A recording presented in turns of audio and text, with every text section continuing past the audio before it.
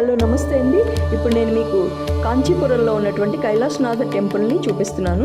ఇది కామాక్షిదేవి టెంపుల్ నుంచి 3 కిలోమీటర్స్ డిస్టెన్స్లో ఉంటుంది. ఇది 7th 8th సెంచరీల మధ్య కట్టారు.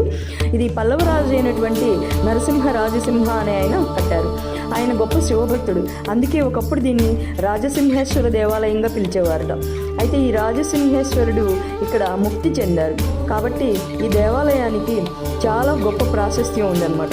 ఇది ఇసుక రాయితో కట్టారు, కానీ ఈ శివలింగం మాత్రం ఒరిజినల్ బ్లాక్ గ్రానైట్ స్టోన్తో కట్టారు. ఇది ఒక బ్రహ్మసూత్రం కలిగి 16 ముఖాలు కలిగి ఉంటుంది. అయితే ఈ కైలాసనాథర్ని దర్శిస్తే మరుజన్మ ఉండదట. లోపల ఉన్నటువంటి కైలాసనాథర్కి మనం ఒక ప్రదక్షిణ చేయాలి. ప్రదక్షిణ కొంచెం కష్టంగానే ఉన్నా కానీ ప్రదక్షిణ చేసి ఆ స్వామిని దర్శించుకుని రావాలి.